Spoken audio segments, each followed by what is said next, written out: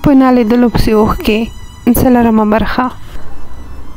د آی ډي پرنټ مې وکته خو هر څه یې بند کړي وو. کوښښ مې وکړ، ډېر کوښښ مې وکړ چې په کوم ادرس جوړه سوې ده، خو بریالی نه شوم. یو نوی پوسټ مې مخې ته راغی چې شیبه وړاندې یې کړی و. ډېر کم انسانان نرم زړه او خلوص لري، خلوص یې په خبرو کې له ورایه ښکاري، خو ځینې کسان غواړي چې ځان مخلص وښیي، خو د دې اصلي کرکټر به هیڅکله هم تغییر ونه کړي. لایک مې ورکړ او فیسبوک مې بند کړ. د سهار چای نن مسعود تیار کړی و. د چای تر څښلو وروسته شاکر او مسعود پوهنتون ته لاړه. نن مې رخصت و. زکي خپل مخ ته زما له کتابچو نوټ نیوه. ما هم فیسبوک ته سرور دننه کړ. د مسیجانو په کتو شوم. تر سلام وروسته یې لیکلي وه: زما نوم فرښته ده، د کابل اوسېدونکې یم. تېر کال د کابل پوهنتون اقتصاد له څانګې فارغه شوم. اوس مهال بې مصروفیته په کور کې یم. ورپسې میسج کې لیکلي وه: که ته هم ځان راته معرفي کړې. د هغې د پېژندګلوي ته مې د زړه سټیکر پرېښوده. اما هم ځان ورته معرفي کړ. عبدالرحمن دلسوز د ننګرهار اوسېدونکی یم. په کابل پوهنتون کې کمپیوټر ساینس پوهنځی وایم. لنډ یې ولیکه: ښه، ډېر ښه کامیاب اوسئ. له دې وروسته به مو هره ورځ مسیج کوه. ورځنی مصروفیت مو شوی و. هره ورځ به مو زیات وخت له یو بل سره په مسیج کې تېروه. یو ورځ مې ورته وویلې: نه پوهېږم چې جلکۍ یې که هلک، خو زما زړه سخت در سره لګېدلی دی. پوهېږې چې آنلاین نه شم. زړه مې مجبوروي چې تا سره مسیج وکړم. نه پوهېږم چې ولې. ښه، نو ته اوس هم باوري نه یې؟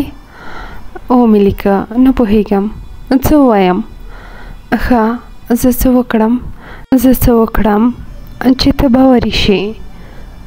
او مې لیکه: کیدای شي شمېره دې راته مسیج کړې.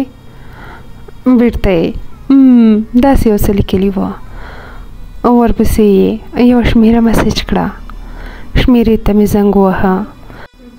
یو خوږ غږ مې تر غوږه شو. داسې راته برېښېده لکه د دنیا تر ټولو ښایسته غږ چې اورم. زړه مې په درزا پیل کړ. هغه په خندا شوه: دلسوزه، اوس دې باور وکړ؟ خوله کې مې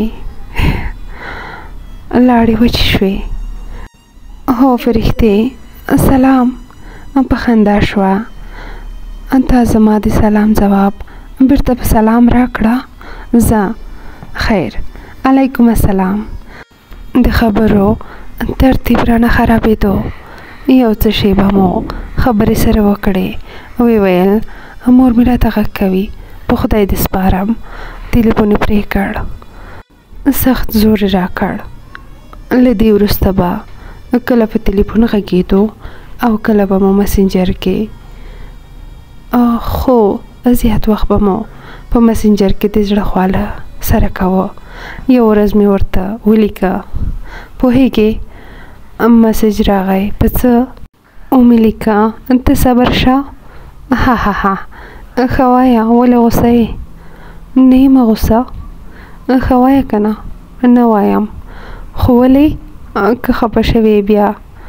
نه نو داسې یو څه. نه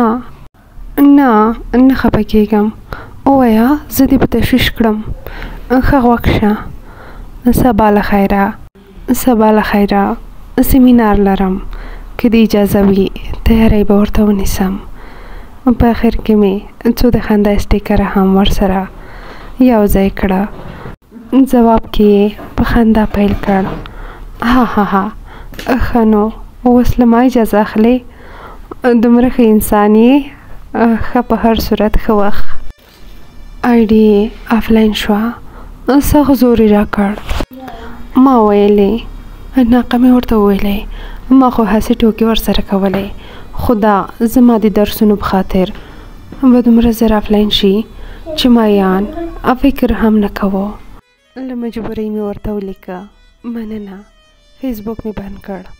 هسې هم له فرشتې سره